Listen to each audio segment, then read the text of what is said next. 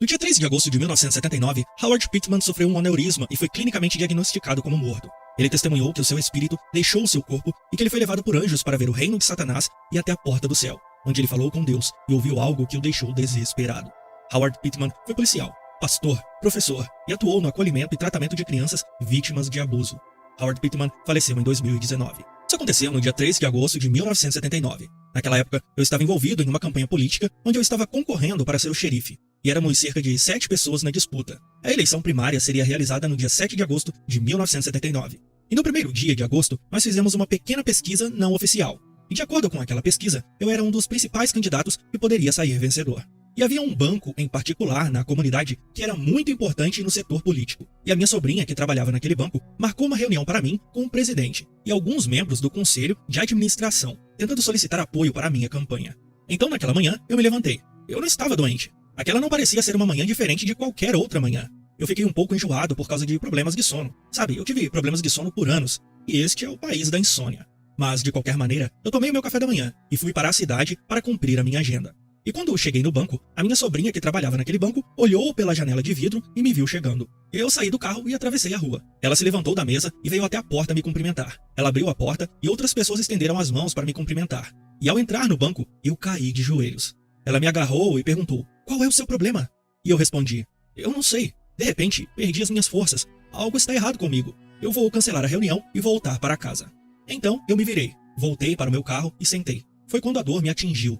Ela parecia consumir todo o meu corpo. E bem, tudo o que eu conseguia pensar era ir para casa. Eu estava a menos de 1 quilômetro do hospital, mas não fui ao hospital. Em vez disso, liguei o meu carro e voltei para casa. Eu morava a cerca de 18 quilômetros do banco e na metade do caminho para casa, de repente, eu parei de respirar. Senti como se as minhas roupas estivessem literalmente me sufocando até a morte. Parei o meu carro bem em uma parada no meio de uma rodovia movimentada. E por sentir que minhas roupas estavam me sufocando, comecei a tentar arrancá-las. E de alguma forma, não sei como, mas de alguma forma, percebi que havia entrado em pânico. E quando me acalmei, consegui respirar com certa dificuldade, mas consegui respirar. Eu sabia que estava ficando mais fraco, porque eu estava com uma hemorragia enorme. Consegui ligar o meu carro e fiz o resto do caminho para casa. E quando eu cheguei em casa, ninguém estava lá. Minha esposa tinha ido para algum lugar. As crianças tinham ido para a escola. Então, eu me esforcei para sair do carro. Eu não sei dizer quanto tempo demorei para sair do carro, mas de qualquer maneira, eu consegui entrar em casa e cair no chão. Eu não fiquei lá por muito tempo, até que a minha esposa apareceu, olhou aquilo e reconheceu a gravidade da situação. Ela me levou de volta para o carro e me levou às pressas para a cidade, para a mesma cidade de onde tinha acabado de chegar. Assim que ela estacionou na clínica da família, um dos médicos parou no estacionamento bem na nossa frente. Ela correu, abriu a porta e tentou me puxar. Naquela hora, eu estava tão fraco que eu não conseguia nem levantar a mão, pois eu tinha perdido muito sangue. E quando ela me puxou, eu literalmente caí do carro de cara no chão. O médico saiu do carro e veio correndo para ajudar. Ele sabia que eu já estava em choque, porém, ele não sabia o que tinha acontecido comigo. Mais tarde, eles me contaram o que tinha acontecido. Era uma artéria principal que atravessa a parte de trás do estômago. Uma úlcera se formou naquele lugar. Eles a chamaram de silenciosa, porque ela não me deu nenhum sintoma e corroeu lentamente a parede daquela artéria até inchar. Eles chamam isso de aneurisma. E ele continuou aumentando até chegar em um ponto em que a parede era tão fina que já não aguentaria mais. Ou seja, quando eu cheguei na porta do banco, ela simplesmente estourou, como se você tivesse estourado um balão, e isso ocasionou uma enorme hemorragia. Então eles correram, chamaram uma ambulância e me levaram às pressas da clínica da família para o hospital local. Eles me mantiveram lá durante a noite até a manhã seguinte. E na manhã seguinte, o meu médico chegou e disse: "Precisamos tirar você daqui. Precisamos de mais equipamentos. Precisamos de um técnico mais qualificado. E precisamos fazer isso depressa. Então, nós vamos mandá-lo para o Centro Médico Regional no Macomb, Mississippi." Eles me colocaram em uma ambulância, permitiram que minha esposa fosse conosco e designaram um paramédico para me atender. E então partimos. A uns 30 quilômetros antes de chegarmos no hospital, eu perdi a consciência e passei para um mundo de trevas. Quero dizer, estava tão escuro que não há palavras na linguagem humana para descrever a travessia do véu. Então eu desmaiei e entrei nessa escuridão. Eu realmente me sentia abandonado e sozinho. Foi a primeira vez que experimentei esse tipo de escuridão. Não havia luz. E então, de repente, vi algo que saiu do topo daquela escuridão. E era como uma fita que estava girando enquanto descia. Você já viu aqueles desfiles de confetes em Nova York, onde eles jogam aquele confete pela janela? Ele simplesmente cai girando para baixo. É assim que aquela coisa parecia. Era apenas uma. Ela veio e eu assisti ela descer até a minha frente. Não posso te dizer como eu vi, porque eu vi sem haver luz. E sem luz é escuridão total. Mas eu vi essa coisa exatamente como uma fita. Ela veio bem na frente dos meus olhos e girava exatamente assim, 3 vezes. E toda vez que eu lia, era um versículo das Escrituras. Hebreus capítulo 9, versículo 27. Está designado para todos os homens morrer uma vez, e depois disso vem o juízo. Está designado para todos os homens morrer uma vez, e depois disso vem o juízo. Aquela coisa virou e 3 vezes eu a li. Foi quando eu percebi que essa era a maneira de Deus me revelar, sobrenaturalmente, que eu havia cumprido o meu tempo e aquela era a minha hora marcada para morrer. Todos nós sabemos que vamos morrer, mas sendo humanos, nós lidamos isso em nosso subconsciente. E na realidade, olhamos para a morte física como algo que acontece aos outros e apenas tiramos isso da nossa mente e continuamos a viver. Mas quando você percebe que não está acontecendo aos outros e sim com você, então assumimos uma perspectiva totalmente nova. Eu não queria morrer. Eu saí de casa para ganhar uma eleição, não para morrer. Morrer seria uma derrota total. Então eu fiz uma oração muito curta e direta e pedi a Deus para que Ele prolongasse a minha vida. Eu estava familiarizado com o fato de que Ele tem um precedente em sua palavra para prolongar a vida, porque Ele estendeu a vida de Ezequias por 15 anos. E eu sabia disso. Então eu pedi a Ele que prolongasse a minha vida física. E foi então que eu tive o meu primeiro encontro sobrenatural. Daquela vasta escuridão veio a voz mais linda que eu já ouvi na minha vida. Não é música criada que de alguma forma imitasse a beleza daquele som e daquela voz. Então a voz me disse: pare, não sofra mais. Paz, descanse, segurança. Tudo o que você sempre quis, apenas não respire. Eu estava respirando pela força de vontade, e nesse ponto, cada respiração exigiu toda a força que eu tinha para respirar. E agora, ele está me dizendo: pare, não respire. E o meu espírito estava me dizendo: escute, é Deus falando, é Deus falando. Ele disse: não respire. E então, eu tive que tentar pensar no que estava fazendo. Foi quando a compreensão me atingiu, e eu gritei o máximo que pude em meu espírito: não! O que estou fazendo? Apenas pedi a Deus para prolongar a minha vida. Se eu não respirar, eu vou morrer. Você não é Deus. E com aquela exclamação, Satanás fugiu de mim. E olha o que ele me disse: segurança. Ele disse o que me ensinaram sobre a minha segurança. Segurança é isso que o Batista ensina. Ou seja, uma vez que você está salvo para sempre. E é isso que eles ensinam. E ele usou isso comigo. Vá e apenas pare de respirar. Bem lá na porta do vale da morte, o diabo mentiu para mim. Ele me disse que era Deus. Ele não poderia me matar. Ele tinha que fazer com que eu me matasse. Por isso, é melhor você conhecer o Espírito que fala com você. Todos nós iremos para o mesmo lugar. E eu chamo isso de o véu. E o véu não está neste mundo. E não está no outro mundo. Ele é a porta entre os dois mundos. Todos nós temos que ir por este caminho. Os cristãos se referem a isso como cruzando o Jordão, que é quando nós passamos desta vida para a vida futura. E uma vez que você atravessa aquele véu, carne e sangue não podem atravessá-lo. Não podem cruzá-lo. Então, foi quando os anjos tiraram o meu espírito do meu corpo e passamos das trevas para a luz e cruzamos o véu. E eu cheguei do outro lado. A primeira coisa que eles me trouxeram para ver foi um versículo das Escrituras sendo representado como uma peça de teatro. Era Efésios capítulo 6, versículo 12. Pois não lutamos contra a carne e o sangue, mas contra os principados, poderes, contra os governantes das trevas do mundo. O governo do nosso inimigo parecia uma longa mesa com todos esses seres sentados ao redor do próprio diabo. E todos esses espíritos são príncipes que operam. Os principados do mundo escuro. Lá é onde os planos de guerra para a guerra espiritual são realmente projetados e planejados. Satanás não faz nada sem um plano. Ele planeja tudo. Tudo é planejado. Deixe-me mostrar como funciona. Ele dividiu o mundo em principados e territórios. Sobre esses territórios, ele coloca um príncipe. Cada príncipe recebe quantos espíritos demoníacos forem necessários para executar o seu plano para aquele principado. Alguns continentes podem ser de apenas um principado, porque eles não oferecem nenhuma ameaça ao reino das trevas. E onde não há nenhuma grande ameaça ao reino das trevas, apenas um príncipe pode lidar com um continente, se necessário. Mas a América tem muitos principados, há muitas ameaças. Até mesmo para um indivíduo pode ser enviado um principado, dependendo de qual é a ameaça. E é assim que essa coisa funciona.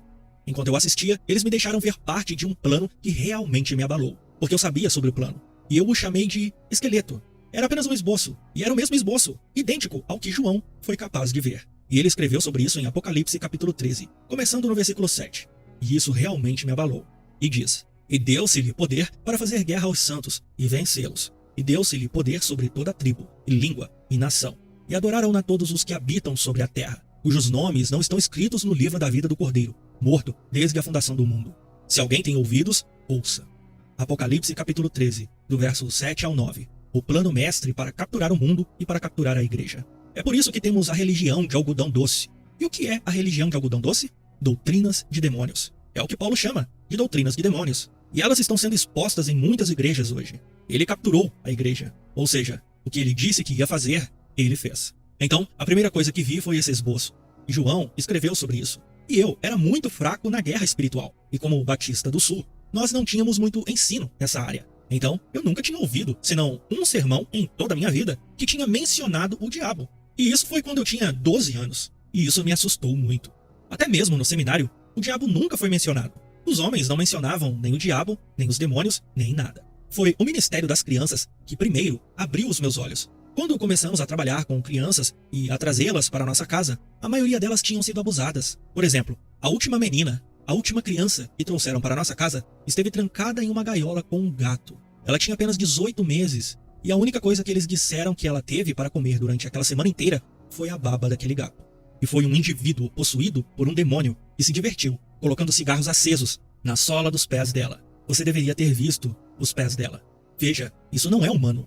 Algo que vai além da humanidade teve que fazer isso. Isso não é humano. Aquelas crianças foram abusadas, negligenciadas, e todas elas choravam por socorro, e vieram até a minha casa, esperando que eu as ajudasse. E eu era a pessoa menos preparada do mundo.